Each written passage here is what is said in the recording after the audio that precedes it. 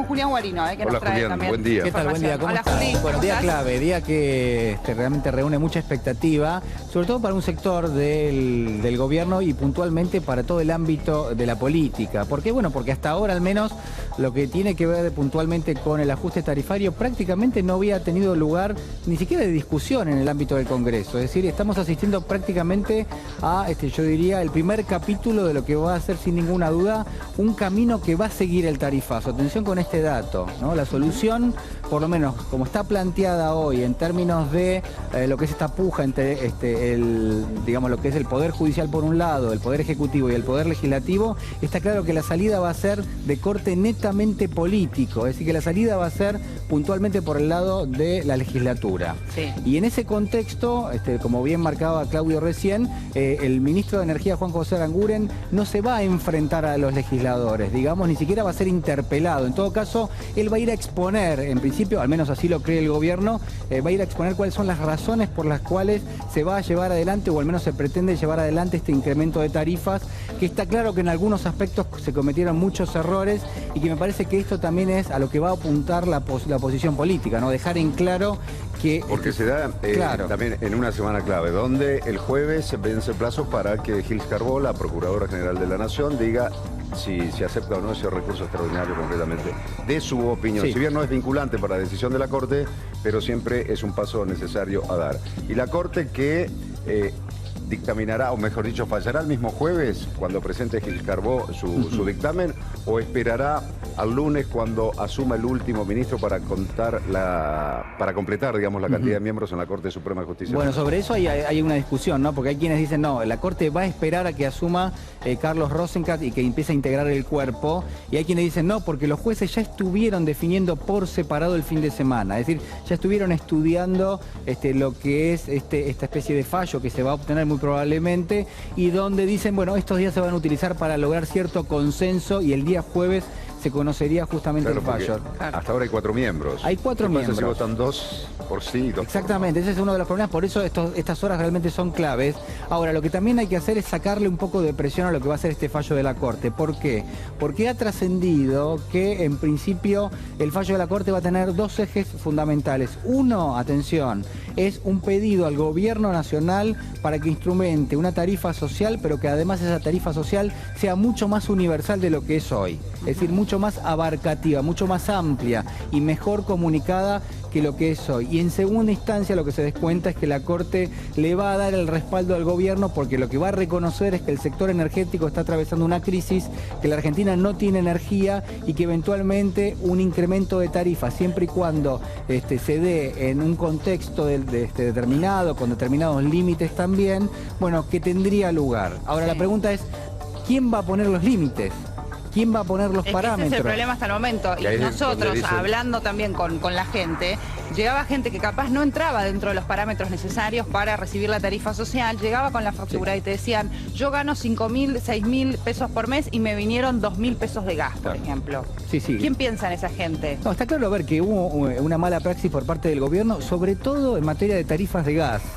Porque si uno hace el análisis de los dichos de los últimos días puntualmente, y uno ve la mecánica con la cual se fueron dando las determinadas situaciones, lo que se descubre es que el gobierno aplicó un incremento tarifario sobre esquemas que, si bien ya habían de alguna manera aplicado un incremento en los últimos años, no estaban efectivos. Es decir, la gente terminaba pagando una tarifa más baja porque había medidas cautelares que habían frenado las subas de gas que se habían dado en los últimos años.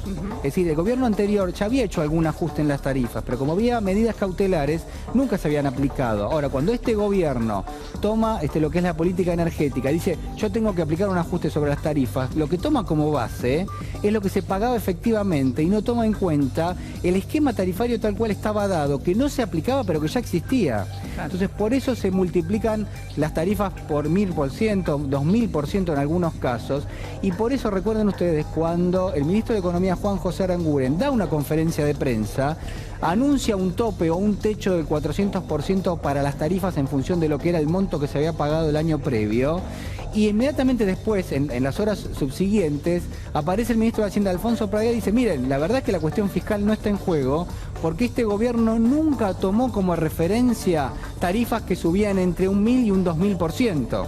Con lo cual lo que dio a entender es que en ese caso alguien se había equivocado en el medio, ¿no? Claro. Después, por supuesto, salieron a recriminarle a Pratgay, que salía a hablar y le salía a marcar de alguna manera la cancha al ministro de Energía. Pero así tuvo lugar. Pero el propio Aranguren, cuando se presentó en el Senado, dijo, el gobierno estamos aprendiendo sobre la marcha en esta cuestión. Bueno, sobre eso hay mucho para contar, porque realmente se lo ha coacheado, se lo ha instruido al ministro Aranguren para que de alguna manera no se mande ningún tipo de declaraciones hoy en el Congreso, algo que obviamente es probable porque uno está bajo presión y está respondiendo en forma permanente. Claro. Se supone que ha tenido algún tipo de, y que en estas últimas horas también está teniendo algún tipo de entrenamiento, sobre todo para responder a los legisladores. Hoy lo escuchaba Felipe Solá, Sí. acá en C5N, donde él decía, el que debe fijar las tarifas es el Poder Ejecutivo. Claro. El Congreso, nosotros estamos para ponerle límites. No podemos nosotros legislar y Sí. poner el incremento de tarifas, aumentar nosotros las tarifas, porque además dicen, no es función del Congreso. El tema es cómo se aplican esos límites. Claro, es muy importante. ¿Por qué digo que no hay que perder de vista lo que pasa en el Congreso? Porque eventualmente, aunque no lo quieren decir, hay muchos legisladores que ya están con la idea de llevar adelante un proyecto para que haya una ley de tarifas, una ley que le ponga un determinado parámetro, y ya algunos gobernadores incluso han adelantado una fórmula que hay que ver, sobre todo la opinión pública realmente cómo lo toma, que sería ajustar las tarifas en función de lo que ha ajustado el salario en promedio en la Argentina en los últimos meses. Gioja, ¿no? Lleva adelante esa propuesta. Gioja fue uno de los que lo mencionó, pero hay otros gobernadores que también han salido a respaldar la idea. Sí. Y lo que hay que marcar acá es que hubo una negociación en los últimos 4 días en el ámbito del Congreso, donde hay legisladores que directamente han tratado de forjar una salida política para un problema que tiene una raíz económica, pero que en su aplicación también tiene un problema político. Entonces, lo que está tratando de hacer el gobierno es armar una especie de superministerio de energía, donde no solo el ministro Aranguren va a formar parte, sino también va a haber una especie de cuerpo colegiado, pero del cual van a formar parte los exsecretarios de Energía, y que serían los que le aportarían la letra chica a esta especie de proyecto de ley que va a empezar a estar de alguna manera en danza dentro del ámbito del Congreso. El Frente para la Victoria estaba pidiendo una sesión especial para el día de mañana, en realidad para tratar uno de los proyectos. Sí. Es decir, la oposición también está fraccionada en el cómo. Todos coinciden en frenar el tarifazo, pero algunos bloques lo que plantean es, bueno, hay que frenarlo, hay que hacer una audiencia pública y de allí en adelante vemos. Después, la propuesta de Gioja, por ejemplo, es otra de las posturas que han asumido. Claro, el ideólogo de todo esto es Emilio Monzó, el titular de la Cámara de Diputados, uno de los articuladores, yo diría, de mayor relevancia del gobierno, quien junto con Mario Negri, que es el presidente del interbloque Cambiemos en la Cámara Baja, bueno, vieron que esto realmente no tenía una salida para el gobierno más que directamente discutirlo en el Congreso, y lo que hicieron es agarrarlo a Aranguren y llevarlo directamente para tratar de conformar esta especie de cuerpo colegiado y al mismo tiempo tratar de consensuar con distintos frentes dentro del Congreso que se empiece a discutir este proyecto, o que en todo caso se empiece a elaborar, porque todavía no existe, de hecho. Pero quien tuvo la idea de llevar a Aranguren directamente al ámbito del plenario de comisiones fue el propio Monzó junto con Negri. Después se sumó Sergio Massa, y después Sergio Massa de alguna manera hizo ver que era también una idea del Frente Renovador. Sí, también, claro. Lo que están reclamando desde la oposición es decir, ¿cómo seguimos con el tema energético en el país? Porque claro, no es un sector, una actividad donde vos decís la revertís en corto tiempo, por la inversión que necesitas, por todo el tiempo. ¿Qué va a pasar con el tema de la provisión de energía para el país? Y si queremos que haya crecimiento económico en el país, ¿cómo necesitamos de la energía? Bueno, y como dicen los especialistas, la energía más cara es aquella que no tenés, la que tenés que comprar. Claro, a ver, es muy crítico. ¿Cómo van a evolucionar las tarifas en todo ese periodo? ¿No? Se ha politizado ese argumento, me parece que es un argumento lógico y que obviamente yo respaldo. ¿Por qué? Porque cuando uno ve los números de la economía argentina, vos te das cuenta que te falta energía y no tenés otra que importarla porque los niveles de consumo son muy importantes. Y esa importación de energía, traer la energía al país, bueno, le genera un gran desembolso al Estado. ¿Tiene los recursos para hacerlo? La verdad que no los tiene. La pregunta es si los puede sacar de algún lado. Probablemente sí, del endeudamiento, de la emisión monetaria. Pero esa discusión que se está dando también el gobierno especula un poquito con ese argumento. Porque ¿qué dice? Miren, señores, yo tengo que hacer un desembolso para obra pública, pero si los recursos que tengo para obra pública los termino poniendo para pagar lo que es este subsidio a la energía, es decir, como no puedo subir las tarifas, tengo que seguir subsidiando. Fue lo que dijo Prat Gai en Claro, las últimas horas. exactamente. Dijo, bueno, de no aceptarse justamente el tarifazo, este aumento en las tarifas, va a haber que suspender la obra. Claro, Ese fue el argumento y una suerte de presión a la Corte también. Claro, Ya está con nosotros Héctor Polino. Buen día, Héctor. Buen día, ¿cómo le va? Buen día. Bien, en primer lugar quiero saber tu opinión con respecto a las declaraciones del gobernador de Corrientes, que dice acá en Corrientes pagan 2.500 pesos y no se quejan. Bueno, es un problema de los usuarios de la provincia de Corrientes.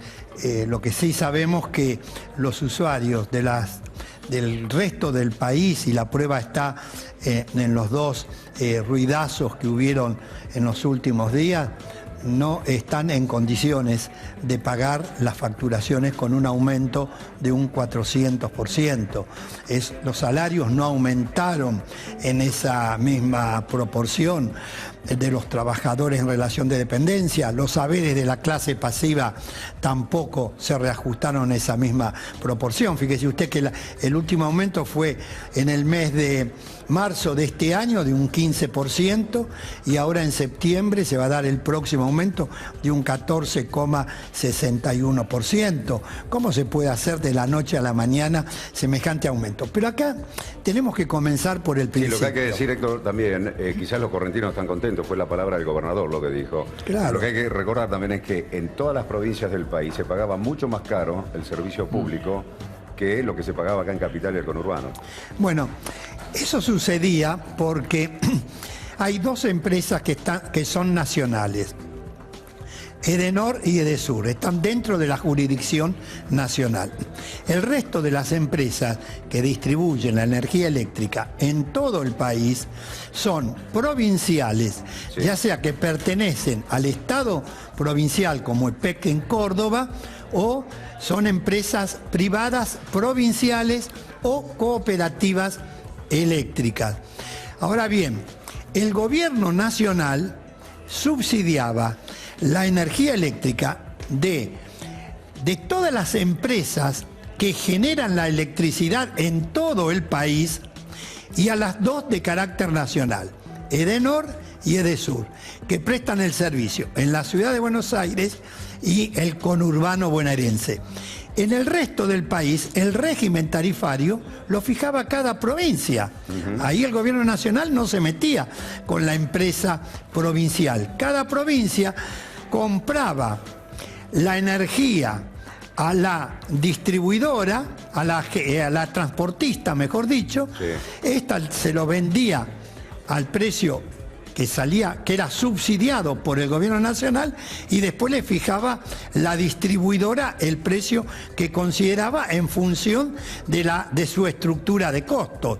No es lo mismo una empresa que presta el servicio en una provincia pequeña con una cantidad reducida de habitantes que las dos empresas nacionales que prestaban el servicio en toda la ciudad de Buenos Aires y el conurbano bonaerense. Cada una tiene su propia estructura de costo. Ahora bien, acá tenemos que comenzar por el principio. ¿De dónde surge ese aumento del 400% a los usuarios residenciales y del 500% a las industrias, A las pymes. a los pymes, a los comercios, hoteles de turismo, etc.? ¿De dónde surge? ¿Qué estudio se hizo de la estructura de costos? Esa fue una reunión del ministro con las empresas, pero ahí no hubo participación ciudadana. No se convocó a la audiencia pública como correspondía. Y no se explicó el porqué del 400 o el 500%. No se explicó Las razones nunca. de por qué había que aumentar eso. ¿Por qué al principio se establecieron aumentos que eran del 1.200, el 2.000%?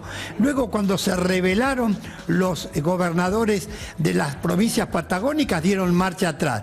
Y después establecieron, bueno, un 400% de acuerdo al nivel de consumo de este año. Como este año tuvimos las temperaturas más bajas de los últimos 60 años y se comparaba con el mismo periodo del año anterior, que las temperaturas habían sido altas, se dieron cuenta que habían cometido un error. Lo modifican, sacan la tercera resolución y ¿qué establecen? El 400% en función de lo que se consumió en el mismo periodo del año anterior. Entonces, si usted consumió el año anterior, por ejemplo, 100 kilovatios hora o 100 metros cúbicos de gas, multiplica eso por 400 la parte del gas, ¿no es así? Y este año puede consumir 1000 metros cúbicos, pero usted va a pagar la factura en relación a los 100 metros cúbicos del año pasado. Un disparate. Entonces, y esta tercera resolución tampoco ha resuelto el problema.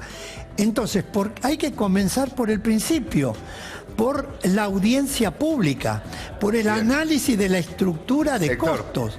Sí.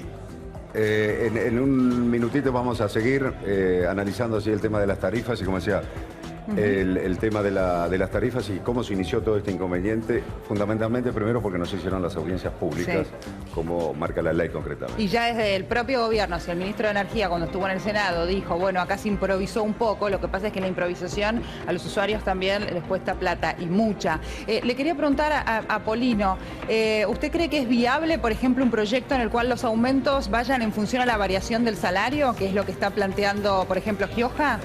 Y esa es una de las alternativas.